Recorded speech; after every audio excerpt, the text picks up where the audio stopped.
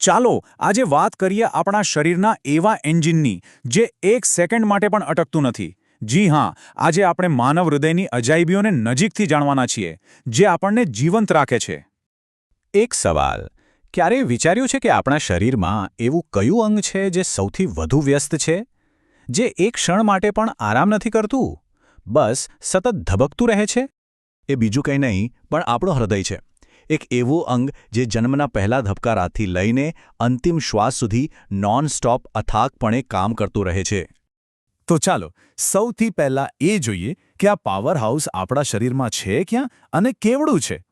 જો આપણું હૃદય છે ને એ છાતીમાં બરાબર બે ફેફસાની વચ્ચે થોડું ડાબી બાજુ ગોઠવાયેલું છે.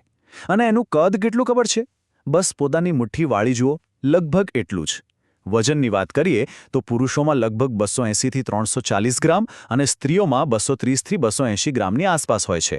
હવે જરા અંદર ડોક્યું કરીએ. હૃદયની રચનાને સમજવા માટે એને એક 4 રૂમવાળા ઘર જેવું સમજી શકાય. તો જુઓ, આખું ચક્કર કેવી રીતે ચાલે છે. શરીરમાંથી જે ઓક્સિજન વગરનું લોહી છે એ સૌથી પહેલાં આવે જમણા કર્ણકમાં. ત્યાંથી એ જાય જમણા ક્ષેપકમાં, જે એને ધક્કો મારીને ફેફસામાં મોકલે છે શુદ્ધ થવા માટે. હવે ફેફસામાં ઓક્સિજન ભળી ગયો એટલે આ શુદ્ધ લોહી પાછું આવે ડાબા કર્ણકમાં. અને છેલ્લે હૃદયનો સૌથી મજબૂત ભાગ એટલે કે ડાબું ક્ષેપક આ ઓક્સિજનવાળા લોહીને જોરથી પંપ કરીને આખા શરીરમાં પહોંચાડે છે. પણ એક મિનિટ, આ લોહી ઊંધી દિશામાં કેમ નથી જતું? એનું કારણ છે વાલ્વ. આ છે ને એ હૃદયના વન વે દરવાજા જેવા છે.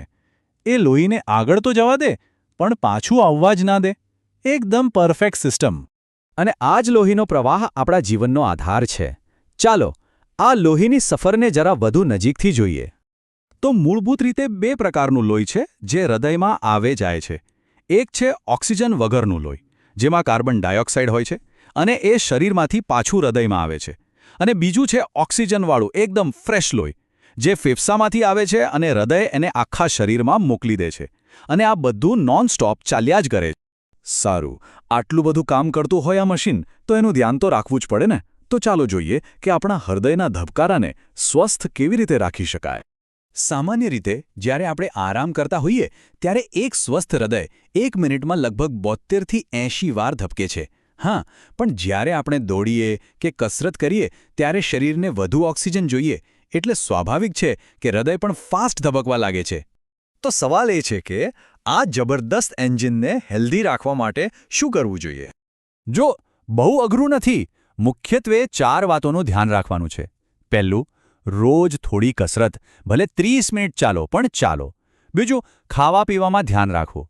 ફળ, શાકભાજી વધુ અને તેલ મીઠું ઓછું. ત્રીજું, બને એટલું ટેન્શન ઓછું લો. અને ચોથું અને સૌથી અગત્યનું, ધૂમ્રપાન અને દારૂ જેવા વ્યસનોથી દૂર રહો, કારણ કે એ સીધું હૃદયની નળીઓને નુકસાન કરે છે.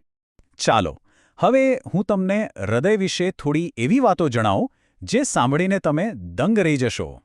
તમને ખબર છે આપણું હૃદય એક દિવસમાં કેટલી વાર ધબકે છે? લગભગ 1 લાખ વાર. આખો દિવસ, આખી રાત 1 લાખ ધબકારા. અને એટલા ધબકારામાં એ કેટલું લોહી પંપ કરતું હશે? અંદાજે 7,500 લીટરથી પણ વધારે રોજ. વિચાર તો કરો, આટલા લોહીથી તો એક નાની પાણીની ટાંકી આખી ભરાઈ જાય. અને સૌથી અદ્ભુત વાત, હૃદય આપણા શરીરનો એકમાત્ર એવો સ્નાયુ છે જે ક્યારેય થાકતો નથી. જન્મના પહેલા ધબકારાથી લઈને છેલ્લા શ્વાસ સુધી 1 સેકન્ડના પણ આરામ વગર એ બસ ધબકતું જ રહે છે, આપણને જીવંત રાખવા માટે. ખરેખર કુદરતની એક અજીબ કમાલ છે, નહીં?